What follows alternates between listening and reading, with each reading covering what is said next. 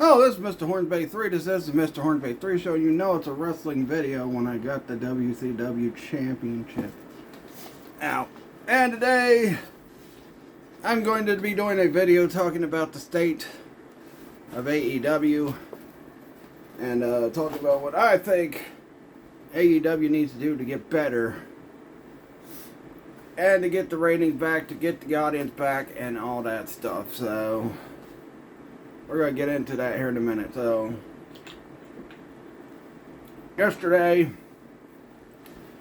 if you saw, for the Halloween Figure Havoc build, I said that was the last one because next Friday, Valentine's Day, I'll be doing that video. And not only that,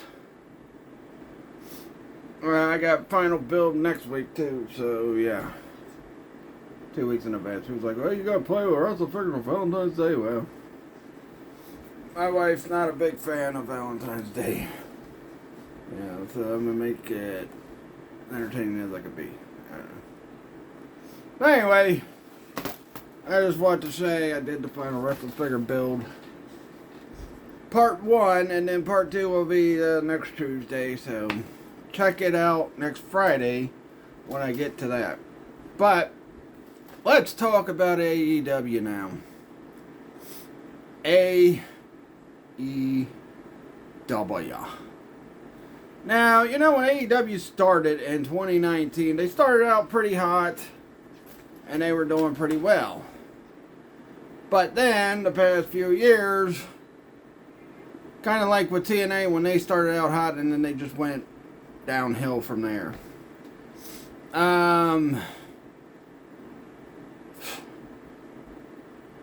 The difference between AEW and TNA, though, is AEW is on TBS and TNT. And you know what? TNA was on Spike TV, which, you know, didn't do well for the numbers on Raw when Raw went to Spike TV. You know what? They still were doing pretty good numbers, and they were doing better longer than what AEW has. AEW had, what, 4 years of goodness, and then these past 3 have been terrible. Yeah, TNA was like at least a 5 to 10 year. TNA was at least doing good up until they started trying to be like WWE, which was, you know, probably around 2010 and all that stuff when they started trying to be WWE 2.0. I'm drinking that because I've had like 9 bottles of water today. But anyway, plus, I'm going to be talking a lot. That, you know, makes my throat feel better. But anyway, let's get into what AEW needs to do to get better. Well, first of all, let's start out with the booking. A lot of these bookings that Tony got, even guys he's trying to make the big stars, he don't even book them that well. Guys like Kenny Omega, you know, Daniel Garcia. Well, I'm not, you know what, Kenny Omega and them were already big stars before they joined AEW. But guys like Hangman Page and, you know, Daniel Garcia and Ricky Starks and, you know, all the young guys, Sammy Guevara, Private Party, the Lucha Bros. But things have been so badly with the Lucha Bros, they're both going to be WWE bound. And this stuff going on with Penta and frickin' Tony Khan is not helping things for Tony Khan. But I gotta say, one thing I don't want to see is Jeff Jarrett win the title. But even guys like Wardlow and that, the big guys they try to build up, like Wardlow, Powerhouse Hobbs and that, they booked them badly. MJF there for a while, they booked him badly. I guess you could say they're still kind of booking him badly. I don't know about that. He's still one of the top guys in the company. But, you know, I'll show you guys a full view of this belt. I've had this belt 2013. I never got to get my hands on the frickin' Attitude Era belt. But I did get a hold of this frickin' belt. And I said my 2 favorite belts were these. But anyway, we're not talking about the WCW champ. But the booking of some of these guys that you've tried to make superstars, like Takeshita and all them, he books them well for a while, then he screws things up with them, and then he goes back to what he knows, which is a bad way of doing things. So who knows? Right now they're giving a push to Kyle Fletcher. Let's see how long that lasts. And then with Brian Cage and Lance Archer, those guys are supposed to be fighting for the tag team titles, and haven't even got a tag team title shot yet. And they're pretty much losing to little guys they shouldn't be losing to. They're losing to guys they shouldn't be losing to, but yet, you know what?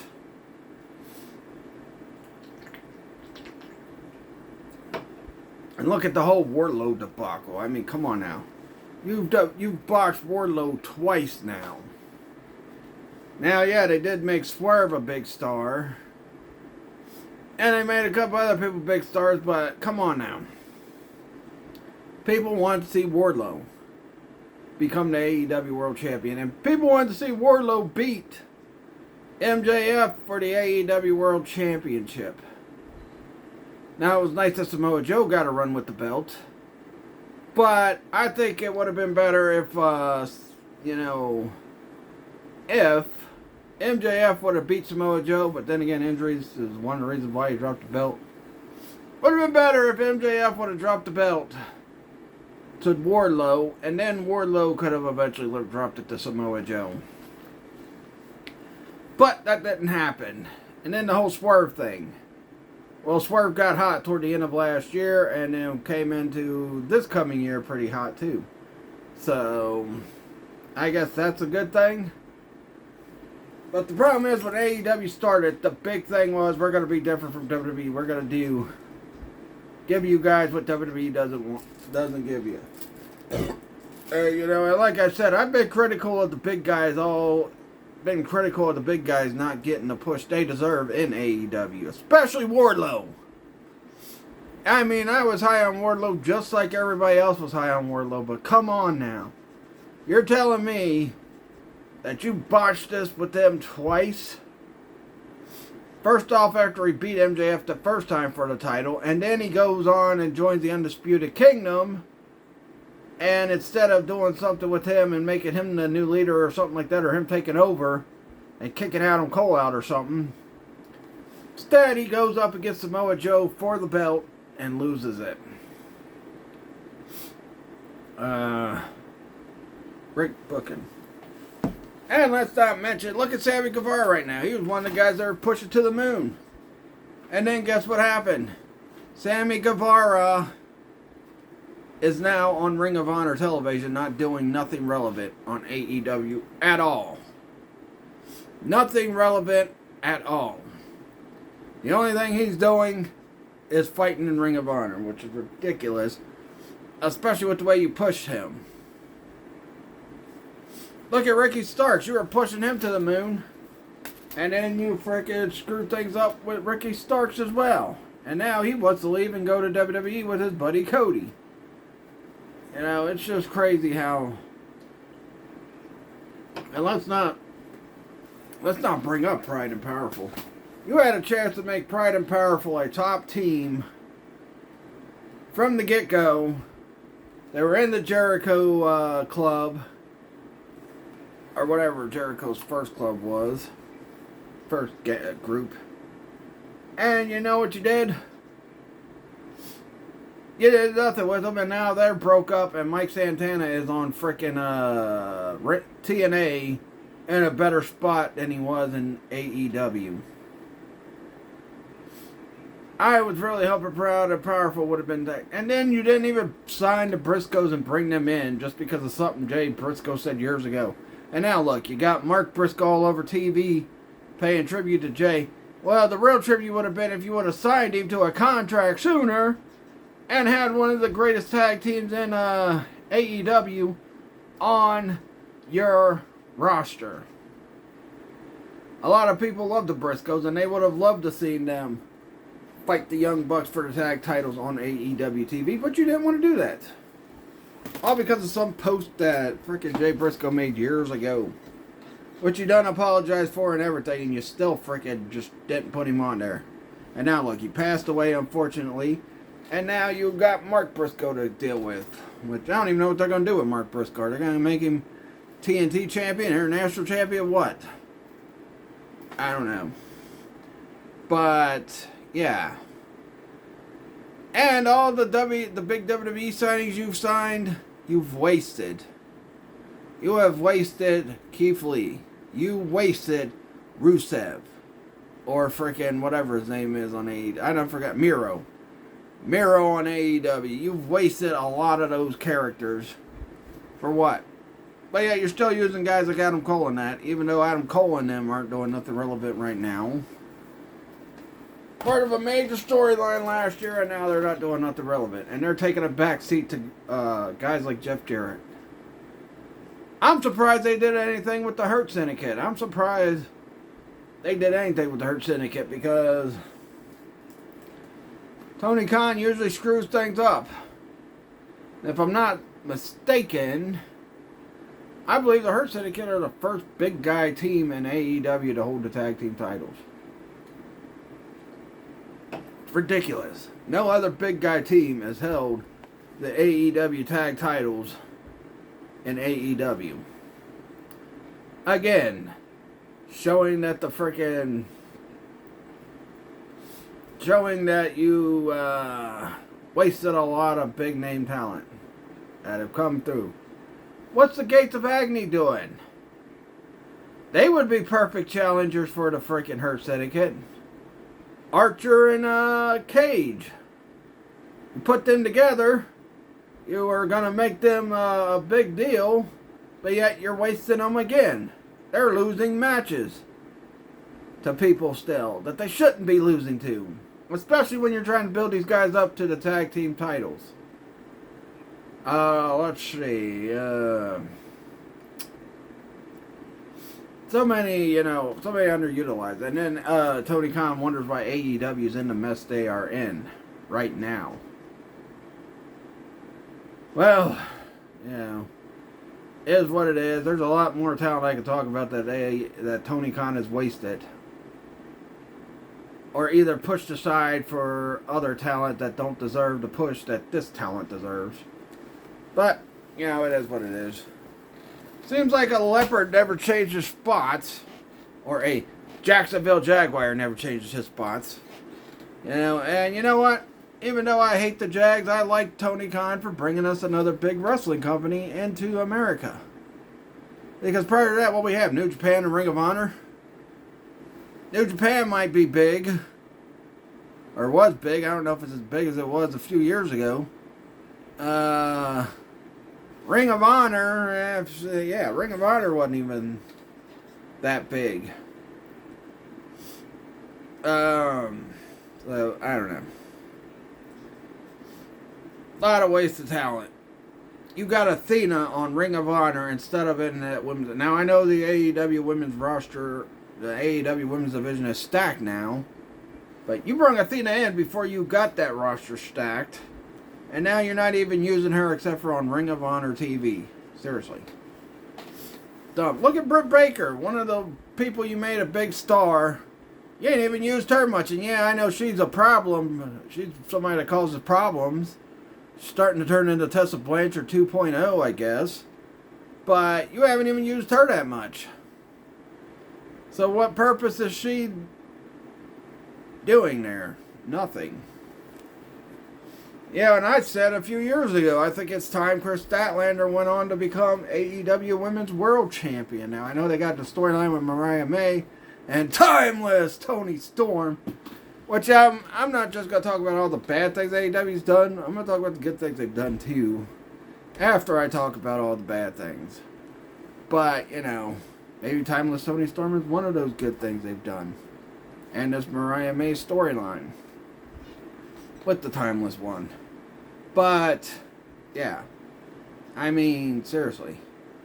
You're wasting so much freaking talent. And now these guys are looking to go to WWE. When they first started, they were complete AEW loyalists. Now they're like, screw this, we want to go to WWE. Because we got a better chance there than we do here now. And that's pretty bad. And that's all Tony Khan.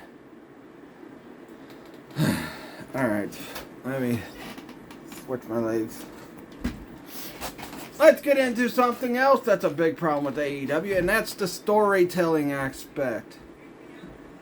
You know, look, AEW has not been known since they've been in their existence for over 5 years now for great storytelling. Now, Tony Khan has tried to do better storytelling these past couple of years, but, I mean, it still falls flat. I mean, look at the freaking Elite storyline.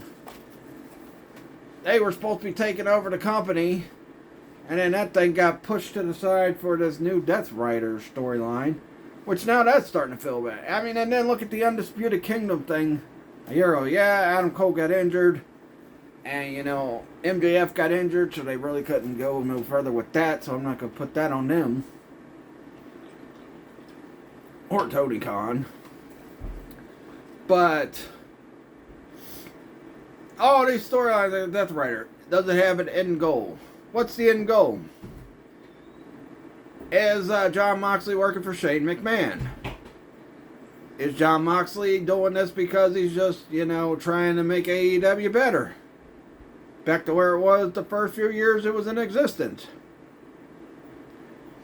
Is Jon Moxley just doing this because he was greedy for the world title? Who knows? They ain't explained too much. And, you know, when Moxley does his promos, he's kind of freaking,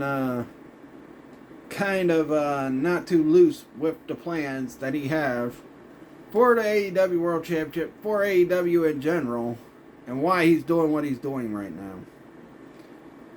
But, you know what?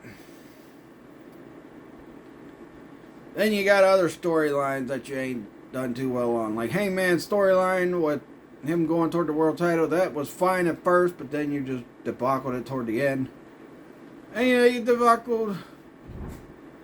debacled a lot of good storylines since, you know, your existence. So, storytelling needs to get better as well. The booking of certain wrestlers need to get better as well. And overall, they just need to get something that hooks with these people that can bring the casuals in and not just the hardcore fans. So we'll see. But storytelling and booking in a wrestling show is important. I'll be honest with you. I don't watch TNA a lot, but when I do watch it, I kind of enjoy it a little bit better than AEW sometimes. And that's pretty bad when you're getting outdone by TNA. When you're getting outdone by TNA, then yeah, that's pretty bad. And I want AEW to succeed because I miss wrestling on TBS and TNT. I grew up in the era where we had the WWF. And we had NWA / WCW, Crockett Promotions, all that stuff. We had all that. I grew up in those eras. And I might have grew up at the tail end of that era. But you know what? Because I was born in the 80s. But at least you had two big companies or two big networks. And honestly, if Tony Khan can't get things right with the booking and storytelling, then he needs to give up the book. And he needs to have somebody else tell the story. Get somebody in there that can tell good storylines. And quit listening to the fucking IWC. The IWC is the biggest bunch of idiots and hypocrites out there. And another thing too is, you book your shows for those guys. Those are the ones that are probably bashing your show the most. Is the IWC. So quit listening to the IWC. Did Eric Bischoff listen to the IWC? No. Did Vince McMahon listen to the IWC? No. Does Triple H? He probably does a little bit, but not as much as frickin' Tony Khan does. And don't worry about what Meltzer says about your show. You know, Meltzer is not the end-all be-all of how great a wrestling show could be. Or how good. That guy's never ran a company ever in his life. And I'll be honest with you. I don't pay no attention to anything Dave Meltzer says. You know, all the internet that, watch Meltzer or read his dirt sheets and all that. That's one thing I always liked about Eric Bischoff's show before I stopped watching it, was that Eric Bischoff always bashed Dave Meltzer, and Dave Meltzer deserves to be bashed. And lately, he's been giving bad information too. And you know, I'm pretty sure Eric Bischoff's loving that. But quit listening to the IWC. Do what's best for business. Do what's gonna make the money in your company. Quit burying big guys that shouldn't be buried. Now, it looks like they might do something with Big Bill. Let's see how long that lasts when he breaks away from Jericho. You know, get guys like Wardlow. I mean, it looks like he's doing a good job re-pushing Powerhouse Hobbs to try to make him a bigger deal again. But, you know, you can only repackage and refresh a character so much before, you know, you realize the damage is already done. There's nothing else you can do that is going to get this guy back to the level he was years ago. They might try again with Wardlow, who knows. But, yeah, I mean, I like seeing Kenny Omega and them be top guys and that. But also, you know, wrestling's got to be a mixture. You got to have the big guys. You got to have the small guys, you know. That's one thing that WWF and WCW did over the years. They booked big guys good. They booked small guys good. You know, and all that stuff. Well, except for in the late Eric Bischoff run. But, you know. And the late WCW run in general. But, you know, one thing Tony Khan always said, I'm going to do everything WCW did right, and then I'm going to not do everything they did wrong. But you're doing everything they've done wrong so far. And, you know, something else that irritates me, I'm getting so sick and tired of this. Especially with the internet wrestling community. Because these morons will sit there and say, well, they shouldn't mention... And Eric Bischoff himself says, well, Tony Khan shouldn't talk about WWE because once you do that, then blah, blah, blah, blah, blah. You made a living on WCW Nitro bashing Vince McMahon shows every single time. I mean, giving away results to the show. Talking about, used to call the World Wrestling Federation the World Whining Federation. So you shouldn't criticize Tony Khan for that. Yeah, should he not mention him? Yeah, but you know what? Eric Bischoff did it and it worked for him. And maybe Tony Khan, you know, and they even said, well, that's an issue with TNA too. They did the same thing. You know what? Eric Bischoff did the same freaking thing. So how's he going to bash these guys for doing that when he did the same stuff too? Makes no sense to me. I mean, seriously. I mean, it makes no sense whatsoever on how you're going to sit there and you're going to bash AEW for what you guys did. Also, I like how when the CM Punk stuff come out, and I'm going to talk about CM Punk stuff here in a minute. I like how when they did that thing where they bashed CM Punk and showed the footage, which, you know, was stupid, but, you know, I like how everybody bashed AEW for what they said, but they didn't get on Triple H for what he said about not getting Will Ospreay and Okada. Quit sucking on Triple H's frickin' bazooka, as he used to call it. Quit sucking on it. Because he shouldn't mention AEW either.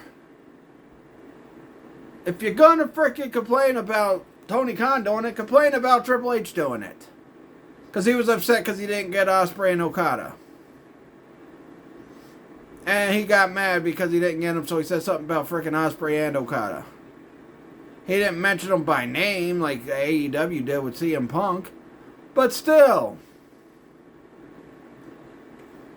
You can't sit there and bash this company for doing it, but then just suck Triple H off when he does it. Quit doing that. That's stupid. If you're going to get on Tony Khan, then get on Triple H. In fact, I think I said something about Triple H complaining about it when I talked about it. I'm like, well, Triple H said something. He shouldn't have said nothing either. And some people say, well, Triple H ain't said nothing, but they discredited it. They discounted it more and focus more on when Tony Khan and them did it. So, you know, it's just ridiculous. Alright. Now let's get into another reason why AEW's done so bad. It's because of how Tony Khan handled CM Punk's situation. Now look, I agree. CM Punk should have been freaking fired from AEW because he was being a cancer in that locker room. I even was one of the loudest voices that said, fire that guy. Don't take that crap. I don't care how big of a star he is. Fire him. He's going to cause drama in your locker room, then he needs to be fired. Only problem is, Tony Khan never tried to get things resolved so he could keep Punk and get things cleared up with Punk and the Bucks. And the Bucks were acting like petulant children, too. So I'm not going to just say it was all on CM Punk. The Young Bucks could have been men and actually freaking grew up and actually rectified things with CM Punk and realized what was best for business. And CM Punk was good for AEW business. And then you just totally, you know... Yeah. So... It was best for business for them to rectify it. And, you know, Punk and the Young Bucks acted like children. They should have frickin' handled it like men, resolved things, and AEW would still have CM Punk and probably would still be doing good. Because one of the main reasons why people have given so much hate to AEW lately is because they lost CM Punk. And CM Punk's now in WWE. So, that's one of the reasons why they've been getting a lot of hate. Another reason is Tony Khan not confronting Punk or the Bucks about this whole brawl out situation. If you would have handled it after it happened, got a mediator to get these people to make up, and focused on making your company bigger, you wouldn't have this issue. But instead, you didn't do nothing. You didn't want to answer any questions about anything.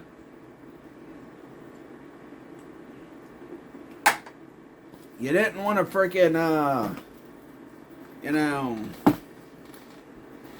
you didn't want to get the problem resolved.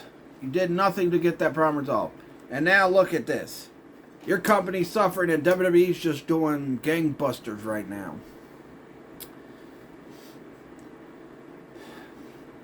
You know, at least you didn't pull a Bischoff and freaking put the big star over the freaking rest of the company like Bischoff did with Hogan in WCW. That's why WCW is dead. But still, you need to do something.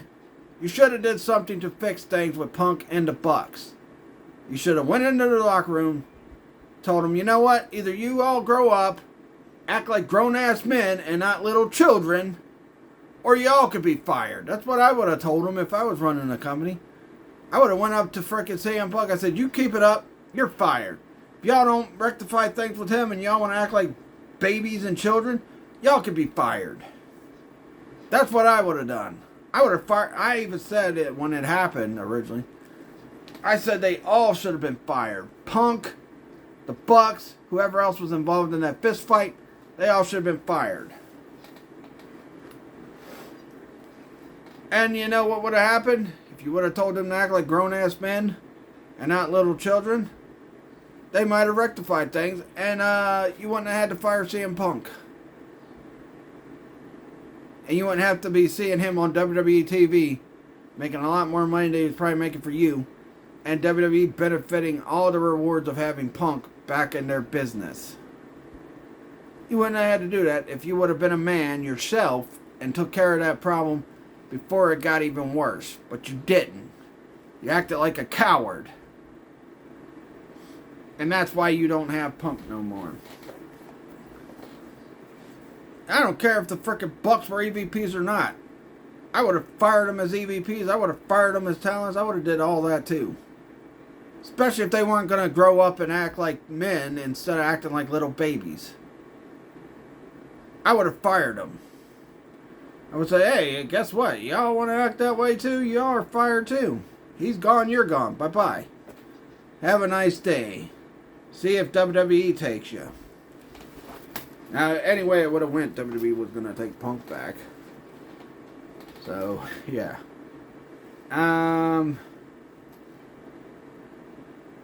Is there anything else I need to say?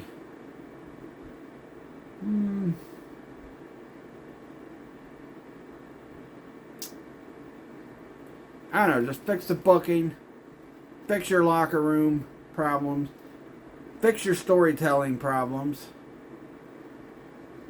and you know what?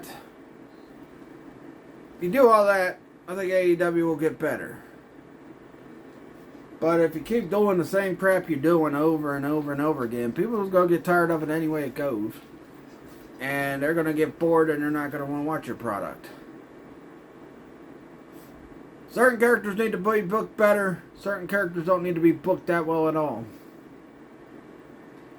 Start listening to the crowd that's at your arenas. Stop listening to Dave Meltzer. Stop listening to the wrestling internet community, the internet wrestling community. Find a way to find better storylines.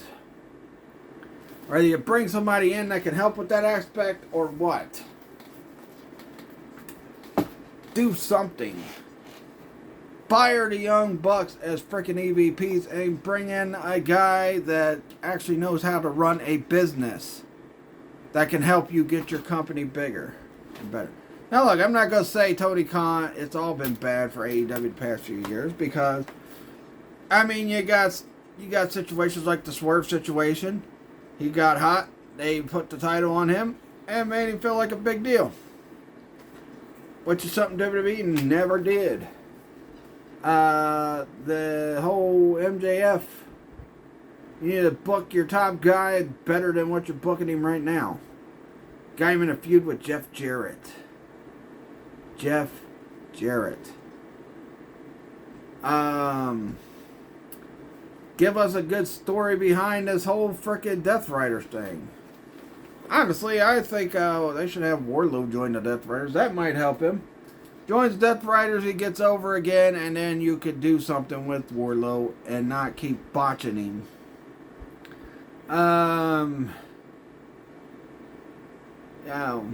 But like I said, Timeless Tony Storm is another good thing in the Mariah May storyline. The whole Statlander Willow Nightingale has been better. He's Tony Khan's trying to do, at least he's trying to make his women's division, trying to feel like the women's division is more important in AEW than he has the past several years. Get rid of a lot of the titles. The Ring of Honor titles do not need to be on AEW TV. The only belts that should be on AEW TV is the AEW Championships. And maybe get rid of a few of them, like, I don't know, the Continental Classic. And if you're not going to do anything with the Trios belts, then why keep them? But if you are going to do something with them, then do something with them. So I think clearing up the Continental belt, taking off all the Ring of Honor belts on AEW TV, and all that would be something good. You could merge the, and you know what? Speaking of the Continental Classic. What you should do with the Continental Classic is put the opportunity for a shot at the AEW World Championship in that, and not another freaking belt. So get rid of the Continental belt and bring in a tournament where it's a chance for the World Championship in AEW. That's another thing too. You got to start making your shows feel special too. Whether you're doing cliffhanger endings on either show, whether you're doing all this other stuff. And Battle of the Belts is another problem I have. If you're not gonna, you need to start making that feel more special. And stop doing so many long pay-per-views. You're now to the point to where you're almost to 12 pay-per-views a year. And if you're gonna do that, you don't need to have a ton of matches on the shows anymore. Because I like watching AEW pay-per-views, but I do not, because AEW pay-per-views are good, but I do not like the show not being over till 12 o'clock at night. Especially with me getting back in the gym and working out. Sometimes I've been in bed before 12 nowadays since I've been back in the gym. Prior to that, I could stay up till 12, 1 o'clock, 2 o'clock in the morning. now that I've been back in the gym for over a year, I like to go to bed at 11 or 11:30. I don't like being up past 12, except for weekends. Weekends is a different story. But I don't go to the gym on weekends. So, yeah. But, yeah. That's all the things I think AEW need to do. And like I said, they have done some good things. Samoa Joe's push was good. MJF reign was great. You know, how they've booked Okada has been decent. Hasn't been great, but it's been decent. Swerve's the big thing they did with Swerve was really good. And when this Death Riders thing started, I was pretty interested in it. Now I'm just like, want to see what the final resolve to it is. Let's start having better booking, handling your locker room better storytelling, and you could possibly get back to where you were a couple years ago. It's that simple. Book characters that need to be booked. Don't book these characters that don't need to be booked. And that you know are nothing. Or trying to make joke characters like Orange Cassidy a big deal, but then you still have him doing the stupid, dumb, jokey stuff that he does ever since he came in AEW. But, yeah. Those are my thoughts on the state of AEW right now. I still watch every Wednesday. I still watch Collision on Saturdays because, like I said, I love watching wrestling on Saturdays again, too. And now we got Saturday Night Main Event back, but you know what? It's not as great as it used to be. Not as bad as that second run, though, when they tried to do it years ago when Cena and them were the top guys. But anyway, let me know what you guys think on what AEW needs to do to get better again. And like this video and subscribe to my channel. Follow my Facebook fan page. And I'm going to have to post something on my business page, Trigen Toys, about when we actually are going to the flea market, because I posted something about March, but might just wait till maybe April. Then go in April, then go in June, and then worry about the longest yard sale in August. So, you know. Plus, got to build up some more stuff. Anyway, that'll do it. Check out my video Monday where I did a review of the Royal Rumble. It's going into WrestleMania season, baby. There's going to be a lot of wrestling stuff I'll be talking about. Not too much. I'm not going to overload you with wrestling stuff. Next week I got other plans for other stuff. But, you know, this week was pretty much wrestling week. Except for what I'm playing on Friday. That's not a wrestling game. But anyway, that'll do it. Catch you guys later. Peace out.